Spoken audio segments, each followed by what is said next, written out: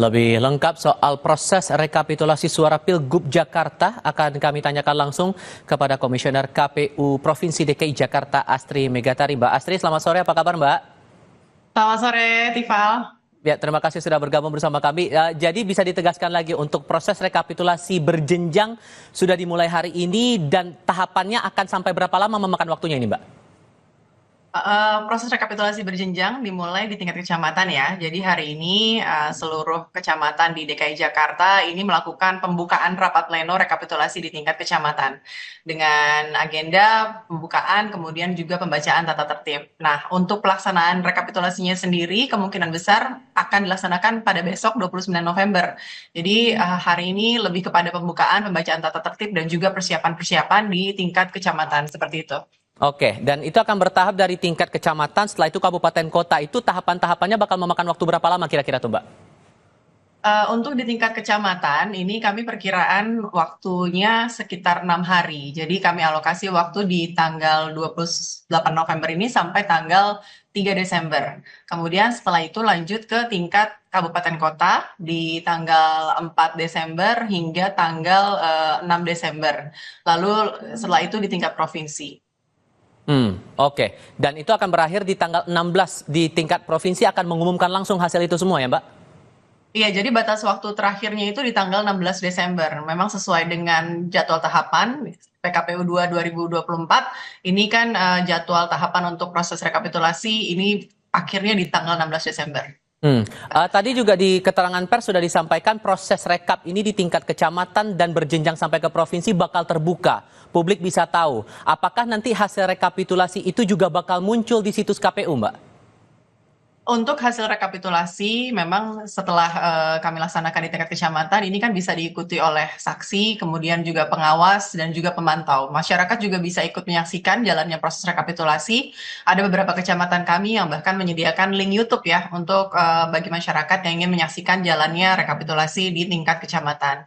Nah, nanti untuk hasil rekapitulasi di tingkat kecamatan, itu biasanya nanti akan muncul, akan diumumkan di tingkat kecamatan masing-masing. Jadi pasti akan kami umumkan, baik nanti di papan pengumuman maupun nanti misalnya di kecamatan itu mereka punya media sosial yang bisa di-share. Ini nanti hasilnya akan diumumkan gitu. Nah, dan itu akan diumumkan hitungannya dalam bentuk persentase hitungan sementara yang didapatkan secara berjenjang itu tadi, atau secara akumulatif nanti di akhir saat perhitungan di tingkat provinsi, Mbak? Biasanya di tingkat kecamatan itu nanti bentuknya D-hasil ya, D-hasil kecamatan. Nah, dari D-hasil itu rekapitulasi di kecamatan A ini nanti akan ketahuan. Misalnya paslon A sekian, paslon B sekian, paslon C sekian. Jadi nanti pengumuman rekapitulasinya itu akan dilaksanakan setelah proses rekapitulasi di kecamatan selesai. Begitu pula dengan yang di tingkat kabupaten kota. Pengumumannya juga nanti akan diumumkan di tingkat kabupaten kota dan seterusnya. Jadi secara berjenjang begitu. Oke. Bagaimana kemudian dengan kondisi begini? Karena kan sudah ada salah satu pasangan calon, Mbak, yang sudah mengklaim kemenangannya dan bisa menang satu putaran begitu. Itu di satu sisi. Dan mereka mengambil datanya itu dari form C hasil. Itu juga diterangkan oleh KPU dalam konferensi pers hari ini bahwa sudah 100% form C hasil itu masuk dalam Sirekap. Apakah hasil dari form C hasil yang masuk di Sirekap itu bisa menjadi hasil akhir bahwa ya sudah keluar pemenangnya? Terkait hal tersebut mungkin saya nggak berkomentar ya terkait dengan apa yang disampaikan klaim dan sebagainya. Namun begini, pada prinsipnya KPU ini akan melaksanakan rekapitulasi secara berjenjang. Jadi hasil yang nantinya kami akan tetapkan merupakan hasil rekapitulasi manual berjenjang yang sudah kami lakukan dari tingkat kecamatan, kabupaten kota sampai ke tingkat provinsi seperti itu. Jadi nanti kita tunggu saja hasil penetapannya di tingkat provinsi. Oke, berarti penegasannya bahwa kalaupun klaim itu seperti pernyataan Ketua KPU tadi ya, bahwa itu klaim haknya mereka, tapi kembali lagi bahwa hasil putusan akhir adalah dari KPU saat rekapitulasi di tingkat provinsi selesai dilakukan, begitu ya Mbak ya? Benar. Oke, dan syaratnya adalah bagaimana kemudian syarat untuk pilkada itu bisa berjalan satu putaran dan dua putaran, Mbak? Sesuai dengan ketentuan undang-undang ya, bahwa Provinsi DKI Jakarta ini memiliki kekhususan, di mana pemenang pemilihan gubernur dan wakil gubernur ini syaratnya adalah memperoleh suara sah lebih dari 50%. Artinya jika ada salah satu yang memperoleh suara sah 50% plus satu suara, maka akan ditetapkan sebagai pemenang pemilihan gubernur dan wakil gubernur DKI Jakarta. Namun jika belum ada yang memperoleh 50% plus satu suara sah, maka ini dimungkinkan akan dilaksanakan putaran kedua dengan pesertanya adalah yang memperoleh suara terbanyak pertama dan suara terbanyak kedua.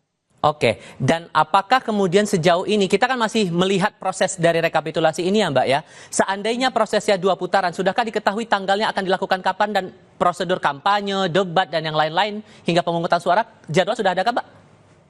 Untuk jadwal dan tahapan memang sudah kami persiapkan ya dari jauh-jauh hari. Jadi memang karena memang ada kekhususan di DKI Jakarta seperti itu, maka kami sudah menetapkan SK nomor 29 tahun 2024 mengenai jadwal dan tahapan pilkada di DKI Jakarta. Termasuk juga dari sisi anggaran, kami juga sudah mempersiapkan untuk pilkada putaran pertama dan juga misalnya nanti ada putaran kedua seperti itu. Nah, masyarakat juga bisa melihat itu jadwalnya apa-apa saja tahapannya, mulai dari pemutakhiran data pemilih, lalu kemudian persiapan untuk logistik, kemudian juga terkait dengan kampanye, dan pemungutan dan penghitungan suara itu sudah ada jadwal dan tahapannya. Oke, dan yang paling penting publik diminta untuk bersabar mengikuti setiap proses rekapitulasi yang bakal berlangsung secara berjenjang hingga setidaknya paling terakhir nanti tanggal 16 Desember 2024. Betul. Mbak Asri Megatari, mewakili Komisi Pemilihan Umum Provinsi DKI Jakarta, terima kasih sudah berbicara bersama kami. Sehat selalu ya Mbak, selamat sore. Terima kasih, selamat sore. Berita lain usai jeda, akibat air sungai meluap, rumah warga di 2 RT Kelurahan Kapuk Muara Penjaringan, Jakarta Utara terendam banjir.